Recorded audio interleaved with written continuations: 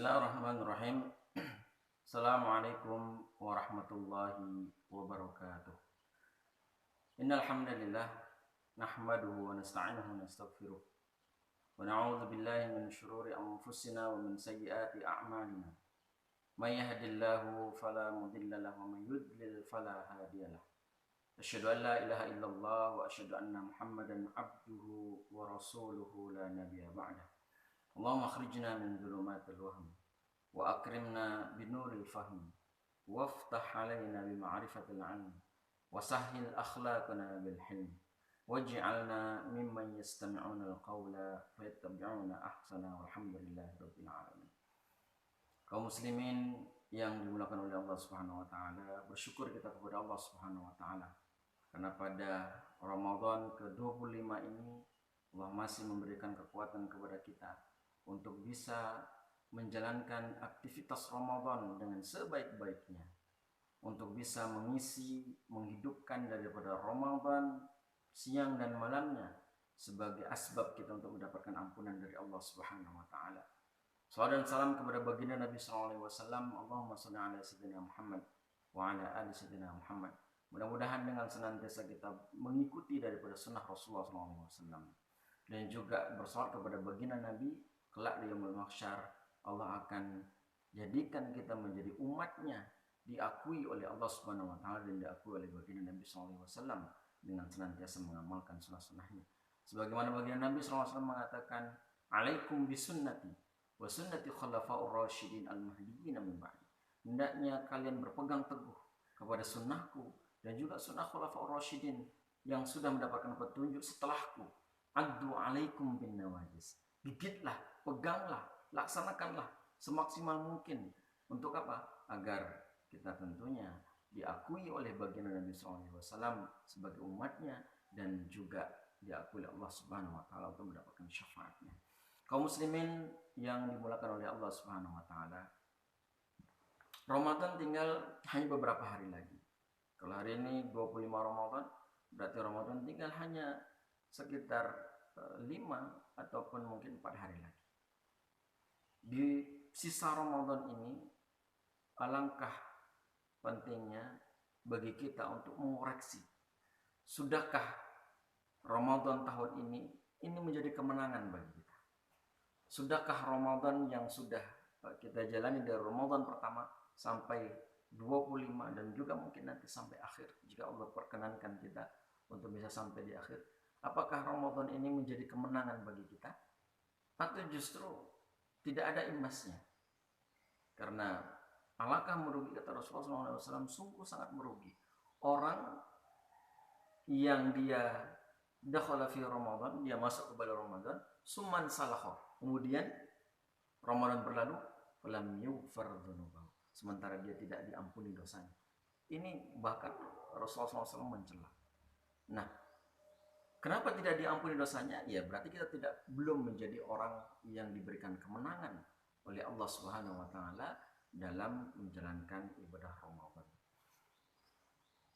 Kaum muslimin yang dimuliakan oleh Allah Subhanahu wa taala, maka perlu kita mengoreksi, jangan sampai begitu Ramadan berlalu ternyata kita tidak mendapatkan apa-apa. Jangankan untuk mendapatkan kemenangan, mendapatkan pahala ampunan saja bisa jadi mungkin kita tidak mendapatkan, disebabkan karena lalainya kita dalam menjalankan ibadah Ramadan di tahun ini. Ada, kalau kita baca tilik sejarah bagaimana kemenangan-kemenangan yang Allah berikan kepada umat Islam untuk mengisi ataupun yang diberikan oleh Allah dan di saat Ramadan sangat banyak. Yang kita tahu bahwa pertama ada Fathul Makkah. Fathul Makkah di mana umat Islam pada saat itu merebut kembali tanah kelahiran, di mana harta, kemudian tempat tinggal, tanah kelahiran yang dulu mereka tempati, kemudian mereka diusir oleh orang-orang kafir Quraisy, mereka hijrah harus berpisah dari sanak keluarga, kemudian dari tanah kelahiran kampung halamannya menuju ke Madinah. Maka Allah pada saat itu berikan kemenangan yang disebut dengan Fathul Makkah. Pada saat Fathul Makkah juga kita tahu terjadi pada saat bulan Ramadan, sekitar tanggal 10 Ramadan. Pada 10 Ramadan terjadi Fathul Makkah. umat Islam dengan seluruh kekuatannya, dengan ribuan jumlah tentaranya masuk ke dalam negeri ataupun ke daerah Mekah pada saat itu, dan kaum kafir Quraisy mereka memberikan ataupun menyerah tanpa perlawanan pada saat itu. Selain daripada Fathul Makkah, kita tahu juga perang Badar terjadi di saat Ramadan. Pada saat umat Islam dalam keadaan lapar dan juga haus, menahan daripada lapar, mereka harus bertempur di medan perang. Umat Islam hanya sekitar berjumlah ratusan, sementara orang tentara kaum kafir Quraisy pada saat itu berjumlah ribuan. Jumlah yang secara logika akal nalar kita tidak mungkin, tidak akan mungkin. Dengan alat perang yang seadanya, kemudian melawan jumlah pasukan yang begitu banyak yang sudah dipersiapkan, umat Islam hanya dengan jumlah yang sedikit. Tapi kembali Allah memberikan kemenangan kepada orang-orang, kepada hamba-hambanya yang yakin dengan kekuatan yang Allah berikan kepada mereka. Ternyata sejarah mencatat umat Islam meraih kemenangan di perang Badar. Dan juga yang kita tahu, ada peristiwa besar yang terjadi yang disebut dengan tertawannya garis Barlev, ataupun perang yang terjadi antara umat Islam dengan orang Israel. Umat Islam diantaranya adalah orang Arab, Mesir, kemudian Syria dan juga Yordan. Pada saat itu berperang melawan Zionis Israel. Sekitar pada tahun 1973 Masehi atau 1390 Hijriah pada saat itu. Meletus perang di mana orang-orang Israel ingin menguasai beberapa daerah yang menjadi strategis untuk perdagangan. Di antaranya adalah Terusan Suez. Terusan Suez ini disebut juga dengan jalur untuk menghubungkan antara perdagangan di Eropa dan juga di beberapa negara. Karena ketika dibuat Terusan Suez, kapal tidak perlu harus melintasi daripada Samudra Pasifik, dia hanya tinggal memotong.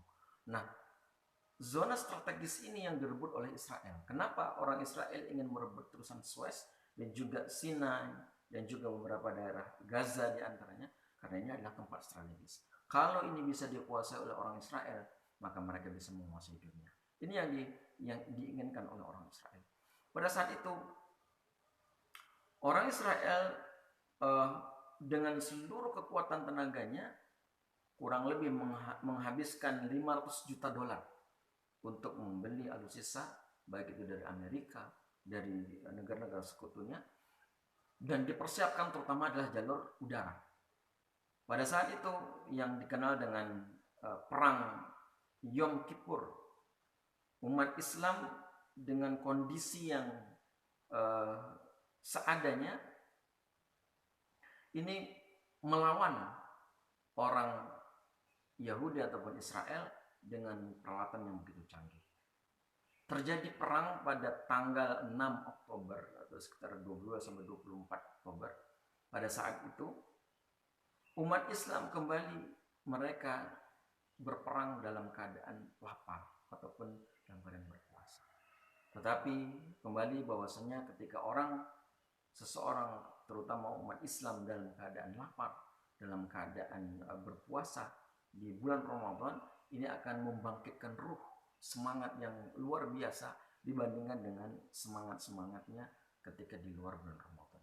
Terbukti bahwa dalam peperangan beberapa hari umat Islam mampu mengalahkan daripada orang-orang Yahudi pada perang Yom Kippur yang terjadi antara orang-orang Arab, umat Islam dengan orang Israel ataupun orang Yahudi pada saat itu di bulan Ramadan. Kaum muslimin yang dimuliakan oleh Allah Subhanahu wa taala, ada yang menarik bahwa ketika di Terusan Suez, peperangan yang terjadi di perang Suez ini dipimpin oleh Syekh Hafid. Beliau adalah seorang sarjana muslim dan juga imam, seorang imam di masjid yang ada di Terusan Suez. Ini menandakan bahwa kekuatan umat Islam ketika mereka bersatu ini sangat luar biasa dan dahsyat. Ditambah lagi kekuatan yang bersumber dari Allah Subhanahu wa taala. Nah, apakah kemenangan-kemenangan ini tidak akan bisa terulang? Tentu ini bisa akan terulang. Di Ramadan tahun ini kita berharap kepada Allah Subhanahu wa taala kita bisa merebut kembali negeri Palestina dari tangan-tangan Israel sebagaimana umat Islam dulu merebut Sinai pada perang Yom Kippur yang terjadi antara Arab dengan Israel. Nah, bagaimana caranya? Tentu adalah dengan cara kita masing-masing. Saudara-saudara kita yang ada di Palestina, mereka berjuang dengan cara mereka. Bagaimana cara mereka? Tentu dengan jiwa raga mereka. Walaupun harus melempar dengan batu, harus menahan lapar, harus berhadapan dengan peluru. Ini adalah cara mereka. Nah, tentunya kita sebagai umat Islam di seluruh penjuru dunia ini yang disatukan oleh Allah Subhanahu wa taala dengan kekuatan kalimat la ilaha illallah Muhammadur Rasulullah, dengan kalimat tiada Tuhan selain Allah, tentunya kita sudah selayaknya, sepantasnya dan semestinya kita juga untuk membantu saudara-saudara kita yang ada di Palestina untuk merebut kembali tanah yang sudah dijanjikan, yaitu negeri Palestina, agar mereka bisa merdeka. Kalau mereka bisa merdeka, kekuatan umat Islam kembali jaya, insya Allah Allah pasti akan meridhoi kepada kita semuanya. Mudah-mudahan di sisa-sisa Ramadan ini Allah perkenankan kita disampaikan di penghujung daripada Ramadan, dan di penghujung Ramadan tersebut Allah berikan kemenangan. Mudah-mudahan di Ramadan kali ini memberikan kemenangan kepada kita, kemenangan untuk merebut kembali daripada negeri Palestina, sebagaimana Allah juga berikan kepada kita umat Islam untuk merebut Sinai dan juga merebut perusahaan Suez yang terjadi pada peperangan Yom Kippur. Mudah-mudahan yang sedikit ini bermanfaat. Subhanakallah wa bihamdika asyhadu an la ilaha illa anta astaghfiruka wa atubu ilaik. Assalamualaikum warahmatullahi wabarakatuh.